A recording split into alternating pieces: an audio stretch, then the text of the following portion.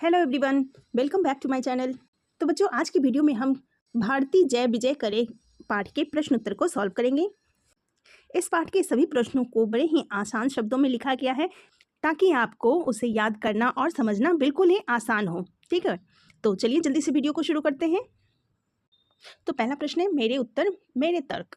निम्नलिखित प्रश्नों के सटीक उत्तर चुनिए और यह भी बताइए कि आपको ये उत्तर उपयुक्त क्यों लगते हैं। ठीक है, इनमें से जो भी सही उत्तर है आपको वही चूज करना है और आपको ये भी बताना है कि आपने यही उत्तर क्यों चुने। ठीक है, तो पहला प्रश्न है, भारती जय विजय करे कविता में विशेष रूप से।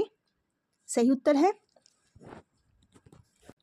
ऑप्शन ग, भारत के ज्ञान, प्रकृति और संपन्नता की प्रशंसा की गई है। तो इसका तर्क हो जाएगा, कवि ने भारत की प्राकृतिक सुंदरता, आध्यात्मिक चेतना और समृद्धि का वर्णन किया है। गंगा, हिमालय, वन और कृषि संपन्नता के माध्यम से भारत की महानता दिखाई गई है। दूसरा प्रश्न है, कनक शस्य कमल धरे पंक्ति का भावार्थ है। सही उत्तर है ऑप्शन क, भारत की धन धान्य संपन्नता। इसका तर्क है, कनक शस्य का अर्थ सोने जैसे चमकते धान से है। इससे भारत की उपजाऊ भूमि और समृद्ध कृषि का चित्र सामने आता है। ठीक है, तीसरा है, समस्त विश्व में भारत के महत्व का उद्घोष करने वाली पंक्तियां हैं। सही उत्तर है ऑप्शन घ, ध्वनित दिशाएं उदार सतमुख सतरव मुखरे। इसका तर्क हो जाएगा, इन पंक्तियों में भारत की संस्कृति और आध्यात्मिक ध्वनि के चारों दिशाओं में गूंजने का वर्णन है जो विश्व में भारत के महत्व को दर्शाता है। ठीक है, चौथा प्रश्न है, कविता की भाषा और शैली किस विशेषता से संपन्न है।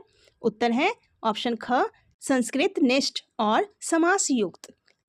इसका तर्क है, कविता में कनक शस्य, ज्योतिर्जल, हिम तुषार जैसे संस्कृत निष्ठ और सामासिक शब्दों का प्रयोग हुआ है। पांचवा प्रश्न है, भारत के वस्त्रों में तरु तृण वनलता और गले में गंगा धारा को चित्रित कर कवि किस प्रकार की चेतना का संदेश देते हैं। सही उत्तर है ऑप्शन क, पर्यावरणीय और सांस्कृतिक। इसका तर्क है, कवि ने प्रकृति को भारत की शोभा और संस्कृति का हिस्सा बताया है। इससे पर्यावरण संरक्षण और सांस्कृतिक चेतना का संदेश मिलता है। अगला प्रश्न है, अर्थ और भाव। नीचे दी गई पंक्तियों का अर्थ समझते हुए उनका भाव स्पष्ट कीजिए। क है, लंका पदतल शतदल, गजोर तोड़मी सागर जल, धोता सूची चरण युगल। इसका अर्थ है, भारत भूमि के चरणों के पास स्थित लंका कमल के समान दिखाई देती है और समुद्र की गर्जन करती लहरें भारत माता के पवित्र चरणों को धो रही है। इसका भाव हो जाएगा, कवि ने भारत को देवी के रूप में चित्रित किया है। समुद्र को भक्त की तरह दिखाया गया है और उनके चरण धो रहा है। इससे भारत की महानता और गौरव प्रकट होता है। ख है, प्राण प्रणव ओंकार, ध्वनित दिशाएं उदार शतमुख शतरव मुखरे। पंक्तियों का अर्थ है कि भारत की सभी दिशाओं में पवित्र ओंकार की ध्वनि गूंज रही है और अनेक प्रकार की वाणियां तथा स्वर वातावरण को मुखर बना रहे हैं। इसका भाव हो जाएगा, इन पंक्तियों में भारत की आध्यात्मिक चेतना, सांस्कृतिक विविधता और ज्ञान की महान परंपरा का वर्णन किया गया है। अगला प्रश्न है, मेरी समझ मेरे विचार। नीचे दिए गए प्रश्नों पर कक्षा में चर्चा कीजिए और उनके उत्तर लिखिए। पहला प्रश्न है, कविता में कवि की किस भावना की अभिव्यक्ति मिलती है। तो कविता में कवि की गहरी देशभक्ति और भारत के प्रति सम्मान की भावना व्यक्त हुई है। कवि ने भारत की प्रकृति, संस्कृति और आध्यात्मिक महानता का गुणगान किया है। तो आप उत्तर लिखेंगे, कविता में कवि की गहरी देशभक्ति, भारत के प्रति सम्मान और गौरव की भावना व्यक्त हुई है। कवि भारत की प्रकृति, संस्कृति और आध्यात्मिक महानता का गुणगान करता है। दूसरा प्रश्न है, कविता में भारत के प्राकृतिक सौंदर्य का वर्णन किस प्रकार किया गया है। क्या आप मानते हैं कि प्रकृति का संरक्षण करना भी देश प्रेम का काम है, क्यों। तो हाँ, प्रकृति का संरक्षण करना भी देश प्रेम है क्योंकि प्रकृति देश का अमूल्य धरोहर है। आप उत्तर लिखेंगे, कवि ने भारत के समुद्र, गंगा, हिमालय, वन, वृक्ष और फूलों का सुंदर चित्रण किया है। भारत को एक देवी के रूप में दिखाया गया है जिसके वस्त्र और आभूषण प्रकृति से बने हैं। आगे लिखेंगे, हाँ, प्रकृति का संरक्षण भी देश प्रेम है क्योंकि प्रकृति देश की अमूल्य धरोहर है। पर्यावरण की रक्षा करके हम अपने देश को सुरक्षित और सुंदर बनाए रखते हैं। तीसरा प्रश्न है, कनक शस्य कमल घरे पंक्ति भारत भूमि की किन किन विशेषताओं की ओर संकेत कर रही है?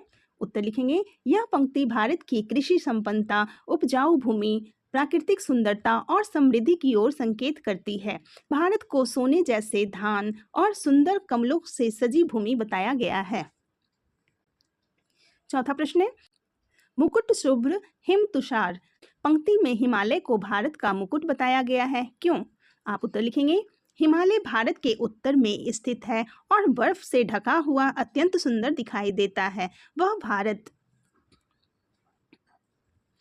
की रक्षा करता है और देश की शान बढ़ाता है, इसलिए कवि ने उसे भारत का मुकुट कहा है। अगला प्रश्न है, विद्या से संवाद, कविता का सौंदर्य। नीचे दी गई पंक्तियों को पढ़िए। भारती जय विजय करे, कनक शस्य कमल धरे। इन पंक्तियों में कवि ने चित्रात्मक भाषा का प्रयोग करते हुए भारत भूमि का मनोरम चित्र प्रस्तुत किया है। इस कविता की कुछ अन्य विशेषताओं की सूची नीचे दी गई है। कविता में से उन विशेषताओं वाली पंक्तियों को ढूंढकर लिखिए। तो इधर विशेषता दी गई है, इधर कविता की पंक्तियां दी गई है। तो पहली विशेषता है प्रकृति का मानवीकरण। तो इसके लिए पंक्ति आई है, गजी तोड़मी सागर जल धोता सूची चरण युगल। अलंकारिक प्रयोग हुआ है, गंगा ज्योतिर जल कन धवल धार हार गले। समस्त पद समासिक पद का प्रयोग हुआ है, कनक शस्य कमल धरे ज्योतिर जल कन हिम तुषार। अगला है, संस्कृत निष्ठ भाषा का प्रयोग हुआ है, प्राण प्रणव ओंकार ध्वनित दिशाएं उदार। ठीक है। अगला प्रश्न है, विषयों से संवाद। स्वतंत्रता पूर्व लिखी इस कविता में भारत को ज्ञान, कृषि और संस्कृति के प्रतीक परिचायक के रूप में प्रस्तुत किया गया है। वर्तमान संदर्भ में यदि आपको भारत को एक नए रूप में प्रस्तुत करने का अवसर मिले तो आप भारत को किन विशेषताओं और विविधताओं को सम्मिलित करेंगे? यदि मुझे आज के भारत को नए रूप में प्रस्तुत करने का अवसर मिले तो मैं भारत की वैज्ञानिक प्रगति, डिजिटल तकनीक, अंतरिक्ष अनुसंधान, युवा शक्ति, लोकतंत्र, सांस्कृतिक विविधता, योग, खेल, महिला सशक्तिकरण तथा एकता में अनेकता जैसी विशेषताओं को सम्मिलित करूंगा। साथ ही भारत की भाषाई विविधता, त्योहारों, कला संगीत और पर्यावरण संरक्षण की भावना को भी प्रमुखता दूंगा या दूंगी। ठीक है। दूसरा प्रश्न है, शतमुख शतरभ मुखरे पंक्ति में एक भारत श्रेष्ठ भारत की संकल्पना कैसे साकार होती है? तो आप उत्तर लिखेंगे, इस पंक्ति में भारत के अनेक स्वर, भाषाएं, पर्व, उत्सव और परंपराएं एक साथ गूंजती दिखाई देती है। अलग अलग संस्कृतियों के लोग मिलजुल कर त्योहार मनाते हैं और राष्ट्रीय एकता को मजबूत करते हैं। विविधता होने के बावजूद सभी भारतीय एक राष्ट्र की भावना से जुड़े हैं। यही एक भारत श्रेष्ठ भारत की संकल्पना है। ठीक है। तीसरा प्रश्न का अर्थ है, भारत को सुदृढ़ करने में इसकी प्रकृति, संस्कृति और ज्ञान परंपरा का महत्व को बताते हुए संक्षिप्त लेख लिखिए। तो आप इस तरह से लेख लिखेंगे, भारत अपनी प्रकृति, संस्कृति और ज्ञान परंपरा के कारण विश्व में विशेष स्थान रखता है। यहाँ की नदियाँ, पर्वत, वन और प्राकृतिक संपदा देश को समृद्ध बनाते हैं। भारतीय संस्कृति प्रेम, सहिष्णुता और भाईचारे का संदेश देती है। योग, आयुर्वेद, वेद, उपनिषद और भारतीय दर्शन हमारी प्राचीन ज्ञान परंपरा के महत्वपूर्ण अंग हैं। ये परंपराएं आज भी मानव जीवन को सही दिशा देती है। प्रकृति का संरक्षण, संस्कृति का सम्मान और ज्ञान का विकास भारत को सशक्त तथा उन्नत राष्ट्र बनाने में महत्वपूर्ण भूमिका निभाते हैं। चौथा प्रश्न का अर्थ है कि बढ़ते प्रदूषण और जलवायु परिवर्तन का नदियों और हिमालय पर क्या प्रभाव पड़ा है। ठीक है। तो आप उत्तर लिखेंगे, आज बढ़ते प्रदूषण और जलवायु परिवर्तन के कारण हमारी नदियां और हिमालय गंभीर रूप का सामना कर रहे हैं। नदियों में कचरा, प्लास्टिक और औद्योगिक अपशिष्ट डालने से उनका जल प्रदूषित हो रहा है।